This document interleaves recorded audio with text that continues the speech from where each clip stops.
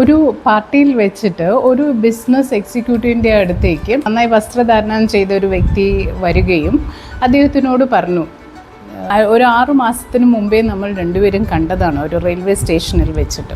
ഞാൻ അന്ന് ഒരു യാചകനായിട്ട് എൻ്റെ കയ്യിൽ കുറച്ച് പെൻസിലും ഒക്കെ ആയിട്ട് അവിടെ ഇരിക്കുന്ന സമയത്താണ് നമ്മൾ കണ്ടുമുട്ടിയത്. എല്ലാവരും പൈസ ഇടുന്നത് പോലെ എൻ്റെ പാത്രത്തിലേക്ക് കുറച്ച് പൈസ ഇട്ടിട്ട് താങ്കൾ ട്രെയിനിലേക്ക് കയറി. പക്ഷേ വളരെ പെട്ടെന്ന് താങ്കൾ ട്രെയിനിൽ നിന്ന് ഇറങ്ങി വരികയും എൻ്റെ പാത്രത്തിലുണ്ടായിരുന്ന കുറച്ച് പെൻസിൽ എടുത്തിട്ട് എന്നോട് പറഞ്ഞു, ഞാൻ തന്ന പൈസയുടെ വാല്യൂവിനനുസരിച്ചുള്ള പെൻസിലാണ് ഞാൻ എടുത്തിരിക്കുന്നത്, ഞാനും താങ്കളെപ്പോലെ തന്നെ ഒരു ബിസിനസ്സുകാരനാണ് എന്ന് പറഞ്ഞ് താങ്കൾ ട്രെയിനിലേക്ക് കയറി പോവുകയാണ് ചെയ്തത്. താങ്കൾ അന്ന് പറഞ്ഞ വാക്കുകൾ എൻ്റെ മനസ്സിൽ വളരെ ശക്തിയായിട്ട് പതിച്ചു.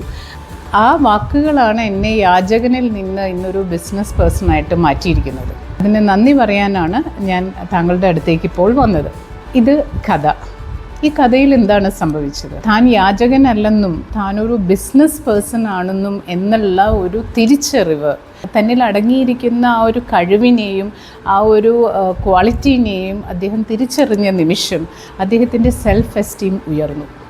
അതായത് തൻ്റെ ക്വാളിറ്റീനെ തിരിച്ചറിയുകയും അത് അക്സെപ്റ്റ് ചെയ്യുകയും അത് സ്വീകരിക്കുകയും ചെയ്ത നിമിഷം അദ്ദേഹം തൻ്റെ ബാഗെല്ലാം പാക്ക് ചെയ്ത് കൺസ്ട്രക്റ്റീവായിട്ട് എന്തെങ്കിലും ചെയ്യണമെന്ന് വിചാരിച്ചുകൊണ്ട് അദ്ദേഹത്തിൻ്റെ ജേർണി തുടങ്ങുകയാണ് ചെയ്തത്. അദ്ദേഹത്തിൻ്റെ സെൽഫ് എസ്റ്റീം ബൂസ്റ്റപ്പ് ചെയ്തതോടുകൂടി അദ്ദേഹത്തിൻ്റെ കോൺഫിഡൻസ് കൂടി. ആ കോൺഫിഡൻസ് കൂടിയപ്പോൾ അദ്ദേഹത്തിൻ്റെ മുന്നിൽ പുതിയ പുതിയ ഓപ്പർച്യൂണിറ്റീസ് തുറന്നു. റിസ്ക് നിറഞ്ഞതും ചാലഞ്ചസ് നിറഞ്ഞതുമായിട്ടുള്ള ഓപ്പർച്യൂണിറ്റീസ് വന്നു. പക്ഷേ അദ്ദേഹം ഒപ്റ്റിമിസ്റ്റിക് ആയിരുന്നു. അതായത് എല്ലാം ശുഭമായി പര്യവസാനിക്കും എന്നുള്ള ഒരു വിചാരം അദ്ദേഹത്തിനുണ്ടായി. അദ്ദേഹം എല്ലാ റിസ്ക്കും ഏറ്റെടുക്കാൻ തയ്യാറായി. ഉത്തരവാദിത്തങ്ങൾ ഏറ്റെടുക്കാനുള്ള ഒരു മനസ്സ് അദ്ദേഹത്തിന് കൈവന്നു. അദ്ദേഹത്തിൻ്റെ ബന്ധങ്ങൾ വ്യാപകമായി അല്ല, റിലേഷൻഷിപ്സൊക്കെ വളരെയധികം വ്യാപിച്ചു. അപ്പോൾ എന്താ പറ്റുകയെന്ന് വെച്ചാൽ അദ്ദേഹത്തിനെ ആളുകൾ ട്രസ്റ്റ് ചെയ്യാൻ തുടങ്ങി, അദ്ദേഹം റിലയബിൾ ആകാൻ തുടങ്ങി, അദ്ദേഹത്തിൻ്റെ പെർഫോമൻസ് വർദ്ധിച്ചു. ഇതെല്ലാം സംഭവിക്കുന്നത് എന്തുകൊണ്ടാണ്? അദ്ദേഹത്തിൻ്റെ ക്വാളിറ്റിയും അദ്ദേഹത്തിൻ്റെ പോസിറ്റീവ് നെഗറ്റീവും ഒക്കെ അദ്ദേഹം തിരിച്ചറിഞ്ഞു. എന്തൊക്കെയാണ് എൻ്റെ ലിമിറ്റേഷൻസ്, എന്തൊക്കെ എനിക്ക് ചെയ്യാൻ പറ്റും എന്നുള്ള ആ ഒരു അവെയർനെസ്, സെൽഫായിട്ടുള്ള നമ്മളെക്കുറിച്ചുള്ളൊരു ധാരണ, അദ്ദേഹത്തിനെ കുറിച്ചുള്ളൊരു ധാരണ അദ്ദേഹത്തിന് നന്നായി വന്നു.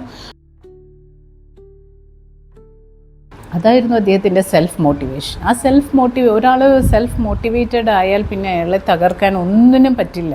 ക്രിറ്റിസിസത്തിനോ അല്ലെങ്കിൽ പുകഴ്ത്തി പറഞ്ഞാലോ ഒന്നും ആ വ്യക്തിയെ ബാധിക്കുന്നതല്ല.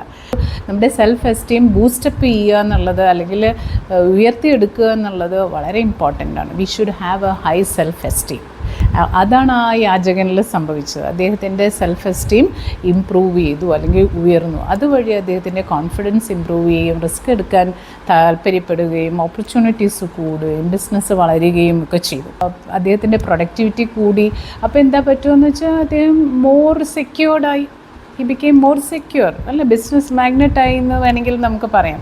അങ്ങനെ നമ്മുടെ ജീവിതത്തെ മാറ്റിമറിക്കാൻ പറ്റുന്ന ആ ഒരു പൊട്ടൻഷ്യൽ നമ്മളുടെ ഉള്ളിൽ തന്നെയുണ്ട്. When you have a high self-esteem, you get self-motivated and no external force can stop you.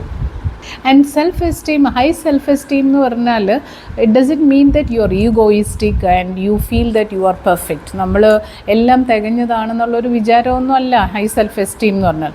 we know we are imperfect. നമുക്ക് കുറവുകളുണ്ടെന്ന് നമുക്കറിയാം. we make mistakes. തെറ്റുകൾ പറ്റും. പക്ഷേ ആ തെറ്റുകൾ ഓർത്ത് നമ്മൾ അഹങ്കരിക്കുകയൊന്നുമില്ല. But on the other side we know that we have made mistakes. We should not repeat it again. We have to learn from the mistakes, learn lessons from the mistakes. ഈ തിരിച്ചറിവൊക്കെ നമുക്കുണ്ടാവും. പിന്നെ ഇതിനെല്ലാത്തിനും പുറമേ എന്താണെന്നറിയോ, നമുക്ക് നമ്മളെക്കുറിച്ച്, നമ്മുടെ പോസിറ്റീവ്സ് ആൻഡ് നെഗറ്റീവ്സിനെ കുറിച്ച് നമുക്കൊരു ധാരണയുണ്ടാവും. You accept yourself with all your pluses and minuses, and what happens finally, you will be at peace within yourself. വളരെയധികം ശാന്തതയുണ്ടാവും. you feel good. finally you feel the world looks nice. ഈ ലോകം തന്നെ ഭംഗിയുള്ളതായിട്ട് നമുക്ക് തോന്നും. നമ്മളെ തന്നെ തിരിച്ചറിഞ്ഞാൽ നമുക്കുണ്ടാവുന്ന changes ഇതൊക്കെയാണ്. if you like it, please like and share the video. See you next time. Bye bye.